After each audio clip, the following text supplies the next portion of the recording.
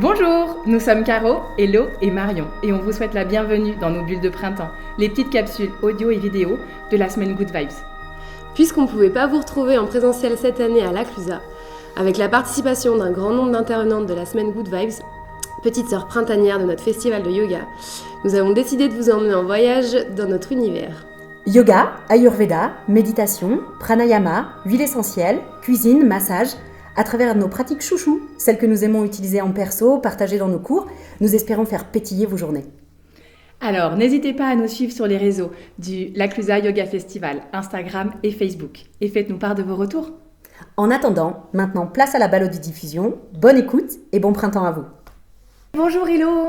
Et salut Caro. Je suis hyper contente de te retrouver aujourd'hui autour d'un thème dont on parle beaucoup et qui peut parfois nous paraître un peu mystérieux, cette notion de pranayama. Oui, alors c'est vrai que quand on pratique le yoga, en général, on a toujours une part dans la pratique qui est destinée au pranayama.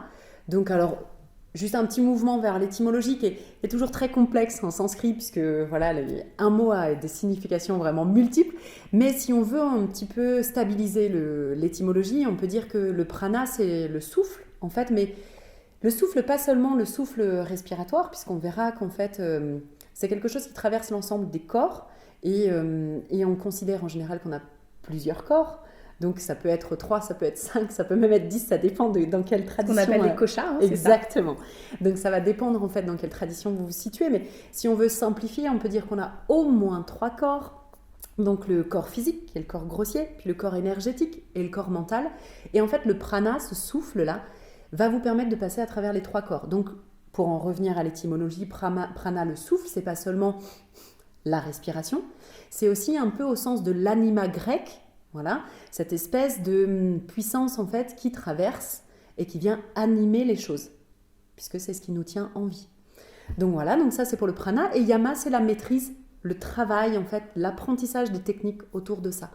Donc voilà, c'est une des branches dans les Yoga Sutras de Patanjali qu'on identifie souvent comme un texte, à tort ou à raison, mais comme un texte fondateur du yoga. C'est une des branches en fait du yoga. Il y a cette partie qui est dédiée au pranayama. Voilà. Oui, parce que du coup, on associe en tout cas chez nous beaucoup le yoga aux postures qu'on déroule sur un tapis. Mais finalement, c'est bien plus que ça, le yoga. Et tu nous as proposé une petite méditation, ça en fait partie aussi. Et donc, cette branche des pranayamas est complètement intégrée dans la pratique du yoga. Oui, voilà, c'est ça. Elle va venir trouver sa place. Alors, Patanjali la met en lien quand même un petit peu entre les asanas et ensuite le fait de se recentrer, de basculer un petit peu plus dans l'intériorité, parce que c'est vraiment le milieu en fait, ça va être le rouage qui va pouvoir permettre de passer du corps physique, qu'on appelle parfois le corps grossier, mais c'est pas péjoratif en fait, c'est de passer de ce corps physique à cette intériorité. Puisqu'en fait, le but du pranayama, qui peut paraître assez contradictoire, c'est l'arrêt de la respiration physique. Voilà. Donc du coup, c'est effectivement un très beau domaine d'exercice et qui peut être complètement pratiqué à part entière. Voilà, on peut ne faire que du pranayama. Moi, ce que je vais vous proposer, puisque c'est une vaste science et que voilà, c'est une formation qui est en cours auprès de quelqu'un qui s'appelle Christian Tikhomirov. Donc ça va être vraiment sa vision en fait du pranayama. Et je vous propose en fait simplement de commencer par les bases. De quoi on a besoin. Parce que quand on le pratique comme une technique à part entière, en fait, on va avoir besoin d'abord de le pratiquer assis. Donc, si vous n'êtes pas confortable dans la posture du lotus, on peut simplement s'asseoir sur une chaise, on peut trouver la posture du tailleur, mais l'essentiel, ça va être en fait de pouvoir ériger la colonne vertébrale. Donc, depuis la pointe des ischions jusqu'à la couronne du crâne, on va rechercher à faire de la grandeur, puisqu'en fait, le prana monte depuis la base de la colonne jusqu'au-dessus de la couronne crânienne, à travers un canal central qu'on appelle Shushumna, Nadi, et 2 autres canaux principaux, Nadi, Ida et Pingala. Donc du coup, d'où l'importance d'avoir cette colonne vertébrale bien érigée, en fait. Et puis ensuite, le prana, c'est une énergie. C'est lié au corps énergétique. Donc, qu'est-ce qu'on va faire ? On va éviter les fuites énergétiques, c'est-à-dire qu'on va un petit peu rendre hermétique notre cocotte minute. Donc, pour ça, en fait, il y a plusieurs techniques.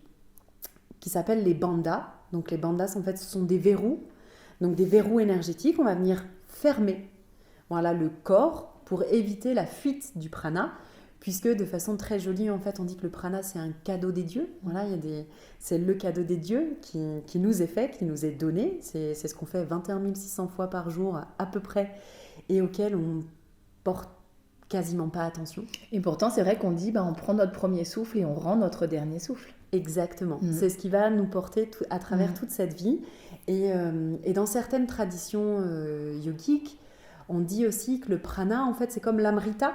Donc, c'est cette espèce de sérum d'immortalité. Et on en reçoit tous une dose. Voilà, une dose qui nous est propre. Et donc, à travers le pranayama, on va en quelque sorte basculer dans une forme d'économie pour faire durer le plus possible, en fait. Pour profiter de l'amrita le plus possible. Et puis, ce sont des expériences, en fait, quand on bascule vers des souffles qui s'allongent énormément. Ce sont des expériences de suspension qui peuvent s'apparenter, on le dit en tout cas dans les traditions, à des morts physiques. Mais donc, du coup, voilà, on essaye de cultiver l'immortalité à travers ce travail de pranayama. C'est pour ça qu'on étanchéifie notre cocotte minute, en fait. Donc, les bandhas, ce sont les verrous. Alors, on peut considérer qu'il y en a 3, mais en fait, on peut aussi intégrer en fait des mudras dans les bandhas. Donc pour les bandhas les plus simples, en fait... Les mudras, du coup, si tu peux juste nous dire à quoi ça correspond pour ceux qui ne connaissent peut-être pas. Alors, il y en a plusieurs. Là aussi, ça peut correspondre à la fois aux postures des doigts, et puis ça peut correspondre aussi à la fois aux positions des yeux, et ça peut aussi ensuite correspondre aux positions de la langue. Et en fait, tout ça, c'est pour fermer les portes d'entrée sensorielles, qui sont en fait, comme dans Pratyahara, le retrait des sens, qui sont en fait nos portes d'entrée vers les sens, elles nous basculent vers l'extérieur. Et comme avec le pranayama, on cherche à revenir à l'intérieur, eh bien on va fermer ces portes des sens. Donc du coup, ça va être, pour poser les bandhas, celui qui va être le plus important, c'est celui qu'on appelle Mula Bandha. Donc dans cette tradition d'enseignement du pranayama, ça va pas être une contraction forte du périnée. Souvent on dit Mula Bandha, c'est voilà, vous avez envie de faire pipi, vous pouvez pas, donc vous vous retenez. Et donc en fait il y a une contraction comme une fermeture, mais là c'est presque plus, donc on va rentrer dans les détails techniques, c'est presque plus en fait une contraction légère mais continue du pourtour du périnée et de la zone anale. D'accord ? Donc on vient en fait étanchéifier le fond de la cocotte, quoi. On est sûr qu'au niveau du fond, comme c'est la base en plus du souffle, voilà, on fait ça. Ce qu'on pourra ensuite activer par une autre déclinaison d'un bandha qui s'appelle Ashvini, donc Ashvini Mudra, et là ça va être en fait pour faire plus comme si on voulait mettre des braises sous le feu, pour faire monter la cocotte de l'énergie, qui va nous permettre ensuite de travailler sur le souffle.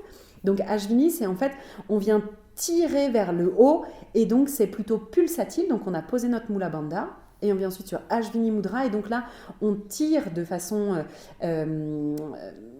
occasionnelle, donc c'est pas quelque chose de continu, on tracte l'énergie pour l'amener vers l'intérieur. Donc ça, c'est celui qui est vraiment le plus important.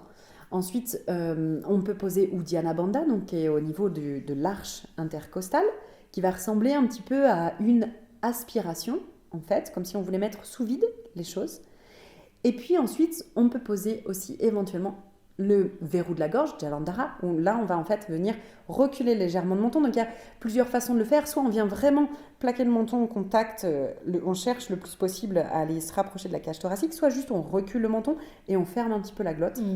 Voilà, et encore une fois, tout ça, ça nous permet de donner de l'épaisseur au souffle, de le cuisiner pour pouvoir le préserver. Okay ? Et puis ensuite, on va venir retourner souvent dans les travails de pranayama, on va retourner notre langue. Donc on va la placer, en fait, on va placer la petite pointe sur l'arrière du palais, juste derrière nos dents. Et pourquoi on fait ça ? Parce que souvent, en fait, quand on pense, on se parle. Et le fait de poser la langue, la pointe de la langue, c'est fermer cette pensée, en fait, cette parole du mental qui vient nous éloigner de l'intériorité, encore une fois, qui vient nous tracter en dehors du moment. Donc le fait de retourner cette langue, c'est venir faire silence dans les pensées. Et puis on va tourner notre regard, donc ça vous pouvez faire soit les yeux ouverts, soit les yeux fermés. On va tourner le regard, soit avec Nasagra en fait sur le bout du nez, ou alors sinon on va chercher Bhrumadhya, où là on va être plutôt en fait chercher à retourner les yeux en fait au niveau du point intersourcilier. Donc, et là encore, pourquoi on fait ça ? C'est pour éviter la distraction de l'œil, de la vue, et ramener ces choses-là vers l'intérieur. Donc voilà un petit peu les bases du pranayama. Donc au niveau physique, on pose notre posture, grandeur de la colonne, on active nos bandhas, donc Mula Bandha. Ensuite, on retourne notre langue, on tourne nos yeux, et puis on va associer des visualisations du souffle en fait. Le souffle monte toujours, voilà, du bas de la base de la colonne jusqu'au sommet du crâne, un petit peu au-dessus, donc Sushumna, et redescend. Et c'est intéressant aussi de venir y poser ce qu'on appelle les mantras. Bien sûr. Donc ce sont en fait des petites phrases, des petits mots de sanskrit. La vibration en fait. Exactement. Et du coup, en fait, pendant qu'on respire, on va venir poser ça pour pouvoir donner là encore de la puissance à souffle et le basculer dans l'énergétique. On dit qu'en général, le mantra de base de la respiration, il est tout simple. Et d'ailleurs, si on se pose et qu'on s'écoute respirer, c'est ça qu'on entend. C'est tout simplement Ham Sa. Voilà. Ham Sa. Donc sur l'inspire, ça fait Ham. Et on va venir faire vibrer le M le plus longtemps possible, le temps que dure votre inspiration. Et à l'expiration, ce sera le Sa. Et on fera vibrer le A le plus longtemps possible. Okay. Ou alors, puisque encore une fois, le yoga et même le pranayama est très tolérant dans sa diversité, on renverse. Et sur l'inspire, c'est plutôt le mantra So. Et sur l'expire, c'est Ham. Mais la signification est toujours la même. C'est-à-dire que Ham, c'est cela. Donc ça invite à placer dans la respiration. Cela, c'est ça que j'ai sous la main, mon souffle. Et So, c'est je suis. Donc on est en fait tous tout entiers dans nos respirations. Et tu vois là... Et encore une fois, on retombe sur cette chose non dogmatique, qui est chacun sa propre vérité. Et même selon les moments où on va les exercer, on aura plus ou moins... Oui, c'est ça. L'attrait pour telle ou telle pratique. Et d'ailleurs, justement, quand on parle de pratique, donc tu nous expliquais que ça permet de faire circuler l'énergie en nous. Du coup, je comprends qu'on peut à la fois activer l'énergie ou au contraire parfois la calmer.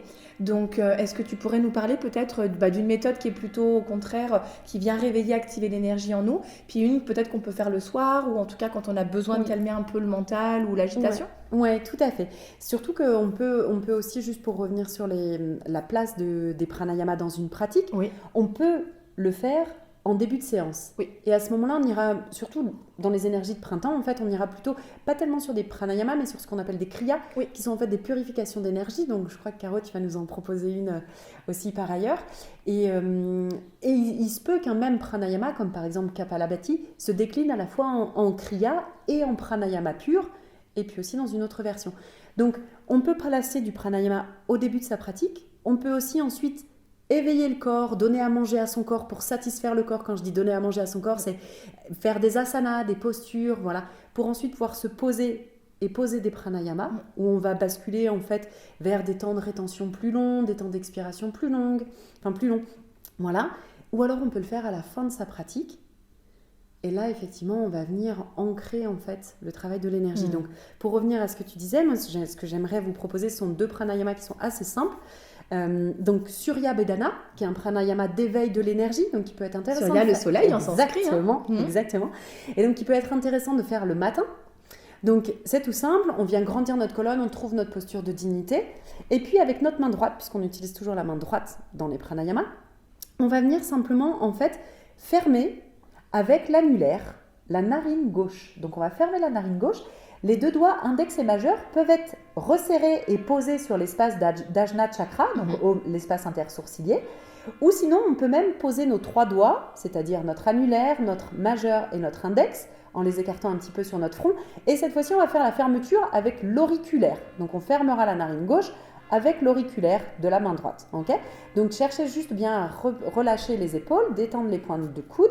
Et puis là, en fait, on va inspirer et expirer simplement par la narine droite. Donc on va laisser faire l'inspiration et l'expiration, et puis on va tout placer, c'est-à-dire qu'on va placer nos bandhas, on va placer notre drishti, notre regard, on va passer notre mudra au niveau de la langue, et puis on va placer notre visualisation du souffle qui monte et qui descend le long de Sushumna, là, le long de l'axe central de la colonne, et on pourra y associer notre mantra aussi. Donc soit Soham, soit Hamsa, à voir ce qui résonne le plus, et on inspire, on expire juste par cette narine droite là de Pingala, qui est associé au côté action, au côté solaire, au côté feu et chaleur. Voilà. Et puis, quand on aura bien débouché ce canal, on viendra ensuite marquer une inspiration Et au bout de l'inspiration, on fermera la narine droite avec le pouce. Et puis on pourra expirer par la narine gauche. Et ensuite, on refermera cette narine gauche puisqu'on va réinspirer narine droite. Au bout de l'inspire, peut-être on marquera une pause, une petite suspension. Donc là, on n'est pas obligé de faire Kumbhaka, qui est une suspension poussée. On peut faire quelque chose de plus subtil, qu'on appelle Kevali. Et puis, toujours on expire par cette narine gauche. Et on inspire, narine droite. Donc, on vient vraiment aussi poser dans l'œil droit le soleil. Voilà, notre mantra qu'on laisse vibrer sur les dernières syllabes. On expire narine gauche.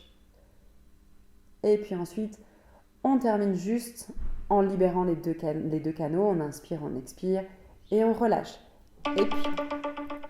Et puis sinon, on fait l'inverse. Donc ça, c'est plus pour le soir. Là, on voit que du coup, j'ai traîné. C'est plus pour le soir. On va aller en fait sur Chandra Bedana. Et là, ce sera l'inverse.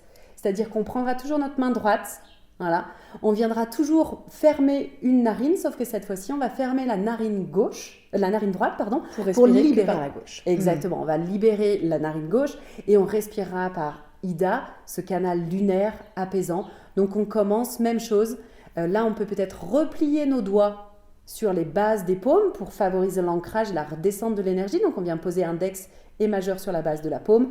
Et puis, on va ensuite inspirer narine gauche, donc on bouchera la narine droite par le pouce.